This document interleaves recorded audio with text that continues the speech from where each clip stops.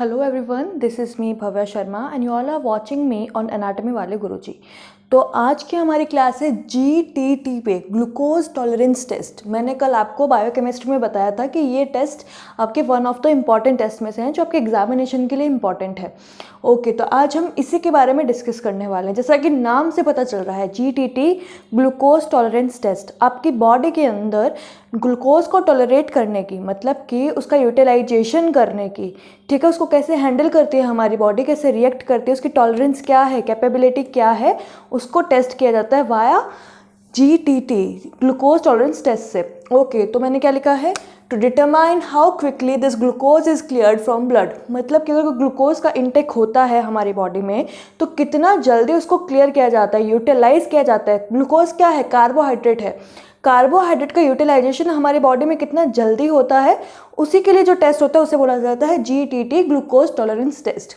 Okay, in fasting person handling of glucose, ये मैंने bracket में लिखा है। इसका मतलब क्या है कि जब भी किसी पर्सन के अंदर GTT किया जाता है, पहले उसको फास्टिंग करवाई जाती है, ठीक है। 8 घंटे की कम से कम फास्टिंग उसकी होनी चाहिए पेशेंट की।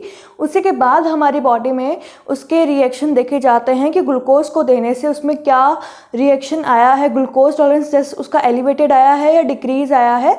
उसके हिसाब से डिजीज़ डिसाइड की जाती है कि इसको ये बीमारी है या इसमें ये रिएक्शन हो रही है जिस वजह से इसका रिजल्ट ऐसा आया है। तो आज के इस वीडियो में हम देखेंगे कि वो कब किया जाता है GTT, ठीक है, फिर कैसे किया जाता है और उसके रिजल्ट जो आते हैं उससे हम क्या प्रेडिक्शंस लगाते हैं कि कौन सी डिजीज़ होगी और कौन सी नहीं। ओके, तो सबसे पहले हम ये देखेंगे कि किस किस में किया जाता है। मेनली हम देखेंगे तो डायबिटिक जो पेशेंट्स होते हैं उनके अंदर ही, उनके लिए डिटेक्शन के लिए किया जाता है। दूसरी बात कि गेस्टेशनल डायबिटीज़ होती है जो कि प्रेग्नेंट लेडीज़ में होती है, ठीक है। 24 to 26 वीक्स की जो प्रेग्नेंट लेडीज़ होती हैं, ठीक है, उसके अंदर कौन से डायबिटीज़ है, मतलब उसकी डायबिटीज़ को प्रोटेक्ट करने के लिए, टेस्ट करने के लिए, ठीक है, डायग्नोस करने के लिए हम ये टेस्ट करते हैं GTT। तो और भी बहुत सारी चीज़ें, जैसे डायबिटीज़ के अंदर ये होता है, तो मेन तो GTT डायबिटीज़ के अंदर होता है। Second, insulin resistance. इंसुलिन हमारे बॉडी के अंदर एक हार्मोन होता है जिसका डायबिटीज़ से बहुत तगड़ा जुड़ाव है, जिसके हिसाब से हम डायबिटीज़ को डिसाइड करते हैं कि डायबिटीज़ टाइप 1 है या टाइप 2 है। तो insulin resistance, impaired beta cell formation. Beta cell क्या करती है, यही तो इंसुलिन का सिक्रेशन करती है। पैनक्रियाटिक बीटा सेल होती है जो इंसुलिन का सिक्रेशन करती है। कार्बोहाइड्रेट मेटाबॉलिज्म, मैंने पहली लाइन ये बोली थी, कार्बोहाइड्रेट के मेटाबॉलिज्म को डिटेक्ट करते हैं। किडनी डिजीज, किडनी के अंदर कोई भी बीमारी होती है उसको डिटेक्ट कर सकते हैं। Gestational diabetes, 24 to 26 week pregnant lady, ये जो डायबिटीज़ है प्रेग्नेंट लेडीज़ के अंदर देखी जाती है 24 to 26 वीक्स का, जब उनका प्रेगनेंसी होता है उस टाइम पे, ठीक है, उस टाइम पे इसका टेस्ट होता है। अब हमने देख लिया कि किस किस लिए टेस्ट होता है, कैसे होता है।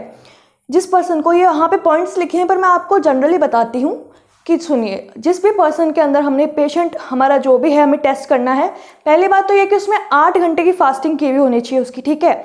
दूसरी बात, जब उसने 8 घंटे की फास्टिंग की होगी, हम उसका पहले लेंगे फास्टिंग सैंपल, ठीक है। नॉर्मल, हमने उसको कुछ दिया नहीं है, फास्टिंग सैंपल लेंगे, ठीक है, उसको रखा साइड में। उसके बाद हम इसे इनटेक कराएंगे ओरली, किसका, ग्लूकोज का। हमने कुछ घोल के दे दिया पानी में या कैसे भी, ठीक है, हम उसे इनटेक कराएंगे ग्लूकोज का। उसके बाद उसके 1 या 2 घंटे बाद हम लेते हैं ब्लड का सैंपल और उससे हम करते हैं GTT ग्लूकोज टॉलरेंस टेस्ट। तो मैंने क्या बताया, 8 fasting, after that fasting sample ले लीजिए, ओके। उसके बाद इनटेक ऑफ ग्लूकोज ओरली, ठीक है। उसके बाद ब्लड सैंपल लीजिए और फिर 1 to 2 आवर के ड्यूरेशन में उसका टेस्ट किया जाता है। पहले 1 घंटे पे एक सैंपल लिया जाएगा, फिर दूसरे घंटे पे एक सैंपल लिया जाएगा। इस हिसाब से GTT किया जाता है। तो ये प्रोसीजर हो गया। हाउ यानी प्रोसीजर, आप ऐसे पॉइंट बना के लिख सकते हैं आपके एग्जाम में, वाई, हाउ, प्रोसीजर, ठीक है, क्यों, कैसे करते हैं। फिर रिजल्ट क्या आते हैं। मान लीजिए अगर उसके अंदर हमने GTT किया तो ब्लड के अंदर ग्लूकोज का लेवल अगर 125 मेगाडियल से ज़्यादा आता है, ये वैल्यू है यहाँ पे, ठीक है। अगर 125 से ज़्यादा है तो उसमें डायबिटीज़ है, ठीक है, बिफोर 1 आवर। और आफ्टर 2 आवर जब हम करते हैं तो अगर उसके अंदर 200 से ज़्यादा आता है 2 घंटे के बाद, तो भी उसमें क्या है, डायबिटीज़ है। 125 से ज़्यादा आने पे, ठीक है, 200 से ज़्यादा आने पे क्या है, डायबिटीज़ है। और अगर हमें गैस्ट्रोन्यूट्रिशनल हम देखते हैं प्रेग्नेंट लेडी के अंदर, तो 92 से भी ज़्यादा अगर वो आता है, 95 आ गया, 100 आ गया, कितना भी आ सकता है, ठीक है, अगर वो 92 से ज़्यादा आता है तो उसके अंदर गैस्ट्रोन्यूट्रिशनल डायबिटीज़ होने के चांसेस होते हैं। तो ये हम उसके रिजल्ट से डिटेक्ट कर सकते हैं। ब्लड का सैंपल लिया, उसमें ग्लूकोज का लेवल हम डिटेक्ट करेंगे, टेस्टिंग करेंगे, वही तो जीटीटी है। और फिर हमें पता लगेगा कि हमारे ब्लड के अंदर ग्लूकोज का लेवल क्या आया है। फिर वो जितना लेवल है उस हिसाब से उसकी हम डिजीज़ डिसाइड करेंगे, डायबिटीज़ डिसाइड करेंगे कि कौन सी उसके अंदर है। 125 या 200 से ज़्यादा आती है तो नॉर्मल डायबिटीज़ है, और अगर 92 से ही ज़्यादा आ रही है, ठीक है, इतनी कम है, 92 से ज़्यादा आ रही है, तो गैस्ट्रोन्यूट्रिशनल डायबिटीज़ हो सकती है। ओके, अब आते हैं इसके टाइप कि ये कितने टाइप की होती है।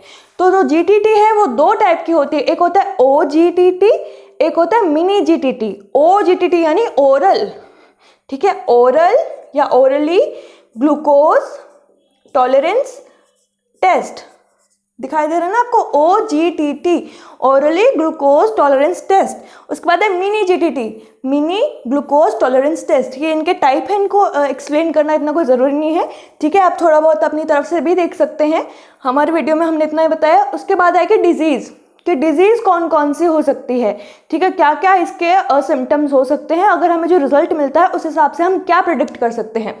मान लीजिए कि अगर हमारी बॉडी के अंदर ग्लूकोज का टॉलरेंस कम है, ठीक है, यूटिलाइजेशन की जो क्षमता है हमारे शरीर की, जो पोटेंशियल है, जो कैपेबिलिटी है, वो बहुत कम है।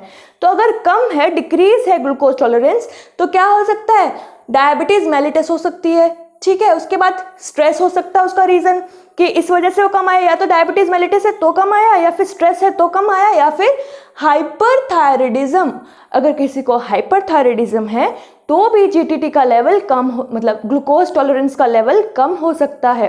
ग्लूकोज टॉलरेंस का लेवल कम होने के रीज़न क्या है, स्ट्रेस, ओके, सबसे बड़ा रीज़न है stress. Second one is hyperthyroidism, ठीक है। Third one is diabetes mellitus, okay.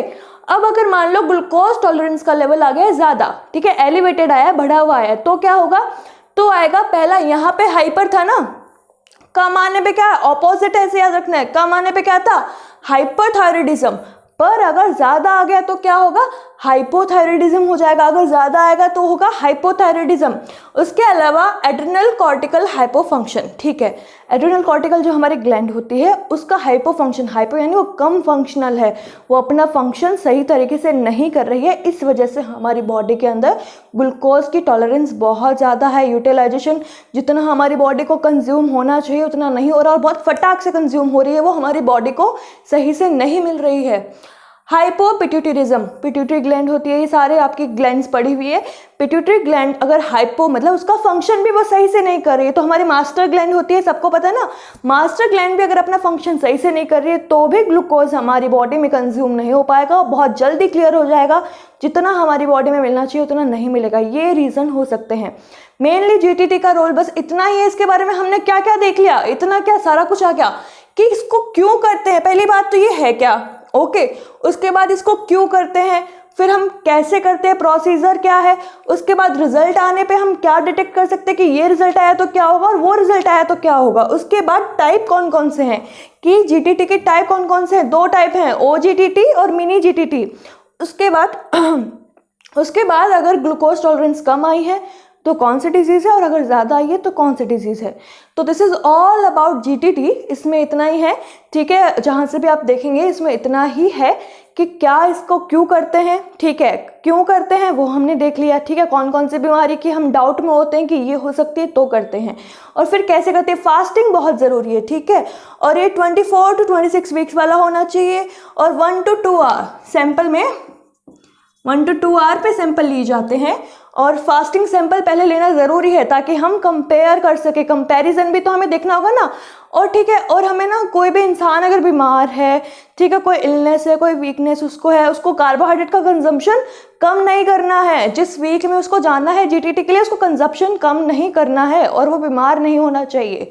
Mainly prevention यही है कि उसको कार्बोहाइड्रेट का कंजम्पशन कम नहीं करना है और बीमार नहीं होना चाहिए, क्योंकि अगर कोई इल है, कोई बीमार है, तो उसमें वैसे ही फंक्शनिंग सही से नहीं होगी हमारी बॉडी के अंदर, तो हम डिटेक्ट कैसे करेंगे कि नॉर्मल कंडीशन में जीटीटी क्या रिजल्ट दे रही है। तो this is all about GTT. I hope कि आपको समझ में आया होगा। और दूसरे भी जो वीडियोस हैं आप प्लीज़ थोड़ा वेट कीजिए, आपको 1-2 दिन में मिलेंगे, बारी बारी मिलेंगे। आप कमेंट में बस एक वीडियो के पीछे पड़ जाते हैं तो उसी के पीछे पड़ जाते हैं। बायोकेमिस्ट्री का कल मिल गया, फ़ोन का भी अब आपको मिल जाएगा, फाउंडेशन वाला भी। वेट कीजिए, थोड़ा पेशेंस रखिए, है ना। तो अगर ये आपके लिए वीडियो यूज़फुल रहे तो प्लीज़ इसको लाइक कीजिए, कमेंट कीजिए और शेयर कीजिए। Thank you very much.